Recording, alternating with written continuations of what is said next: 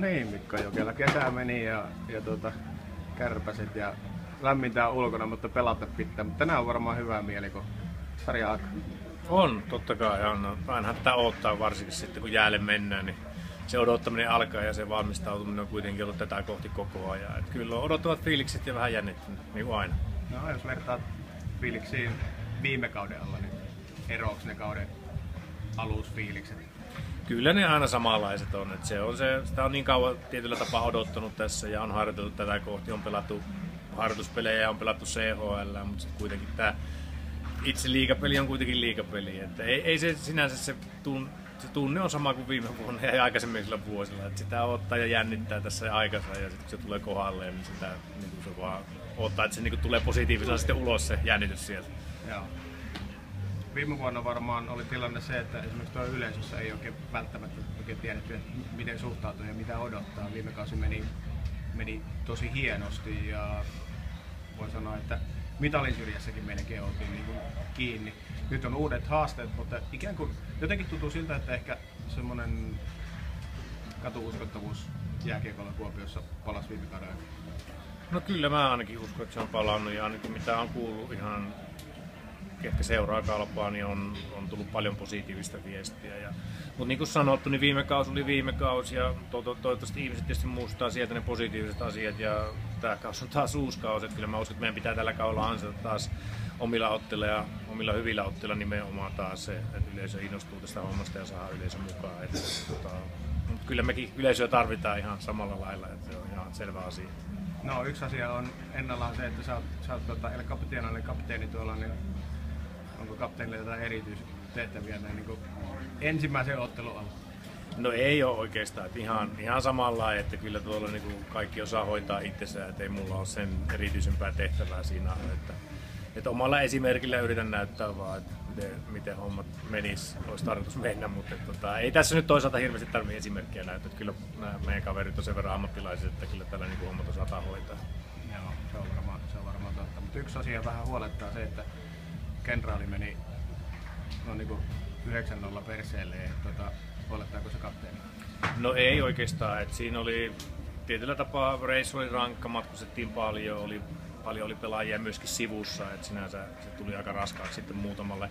Joillekin pelaajille tuli vähän kuormaakin tuli paljon sen takia, kun tosiaan oli sairastumisia, oli pieniä loukkaantumisia, että nyt kun ollaan saatu taas pelaajia takaisin riviin, niin ei siinä mun mielestä oikeastaan mitään sen ihmeellisempää ollut. Että tommosia, ehkä se oli hyvä, että se toisaalta tuli siihen, niin se tietyllä tapaa vähän herätteli joukkuetta, että tiesi, että ei tää nyt olekaan.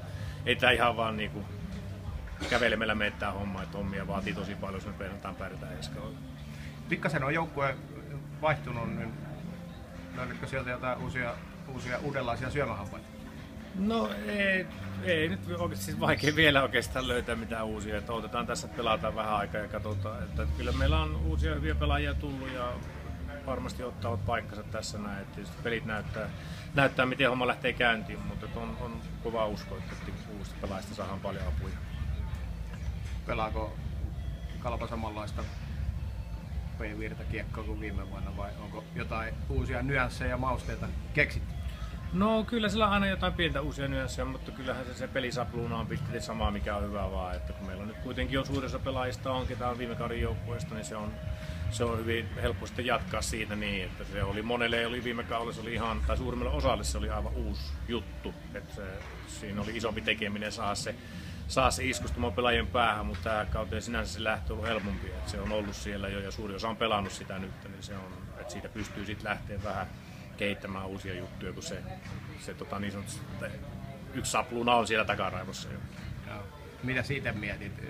Oliko tuommoinen Pekka Virran kiekkokontrolli sitten lopun perin kuitenkin, kun hyppäsit siihen mukaan, niin oliko se yllätys vai sopeudutko kuinka helposti? No kyllä siihen sopeutui. Kyllä tietysti itsellä totta kai vei aikansa, että se ei ole aikaisemmin pelannut semmoista kiekkoa. Niin kyllä siinä omat juttuja on, mutta ei se sitten kun sen hokaa, niin siinä loppujen lopuksi ole niin kuin, että ei siinä nyt vaadita mitään ihan maagista juttua kuitenkaan, että kunhan se vaan tajuaa sen tietyn jutun siinä. Niin. Että totta kai itselläkin meni aikani, mutta kyllä se tähän toiseen kautta ja varmaan huomasin itsekin, että on huomattavasti helpompi lähteä, kun ei tarvitse miettiä niin paljon systeemejä, vaan pystyy sitten keskittymään siihen pelaamiseen vaan. Mikko 2 kertaa Kärpät vastassa. Aika kova haaste heti alkuun. No kova haaste, mutta nimenomaan hyvä haaste. Tästä voi saada paljon, tässä saa varmasti paljon hyvää mukaan sitten tulevaisuuttakin ajatellen ja seuraavia pelejä. Tämä on mun mielestä paras lähtö meille, mikä voi olla, että nähdään heti vähän missä mennään ja pelataan kuitenkin hallitsevaa Suomen mestaria vastaan. Niin se on mikä sen parempaa mittaria. Mistä se muuten johtuu, että viime vuonna mitä kovempi vastus, muun muassa Kärpät, ei se oikeastaan vienyt yhtään peliä. Pelit meni tasan, eli mitä kovempi vastus oli, niin sen paremmin joukkue pelasi. Mistä kertoo, mistä johtuu? No sen kun osas sanoa, ehkä siinä on semmoinen tietty kunnioitus ja pieniä pelkotiloja, kun tulee niin sanottu Suomen mestari ja aivan huippujoukko, missä huippupelaajia vastassa, niin siinä on varmasti semmoinen, että ollaan varpaillaan ja ollaan tosi vähän, niin kuin jopa pelätään sitä, että miten tässä voi käydä, niin silloin sitä pelataan yleensä pirun paljon paremmin ja ollaan niin kuin ihan pelin ytimessä kiinni koko ajan. Se on niin kova haaste aina. Niin. Että se pitäisi saada tosiaan joka iltaa. Se ei ole tarkoita sitä, että se olisi vain Kärppiä vastaan, että se pitäisi vain jokaista joukkuetta vastaan semmoinen samanlainen asenne ja samanlainen, niin kuin, että pyritään pelaamaan sitä voitosta tosiaan, että se on joka peli on kova haaste. Eroks nyt kun tuo kova joukkue tulee ekassa pelissä vastaan, niin eroks se jollain tavalla niin kuin kauden ensimmäisestä pelistä ja onko enemmän perhosia vatsassa kovaa vastusta ajatella?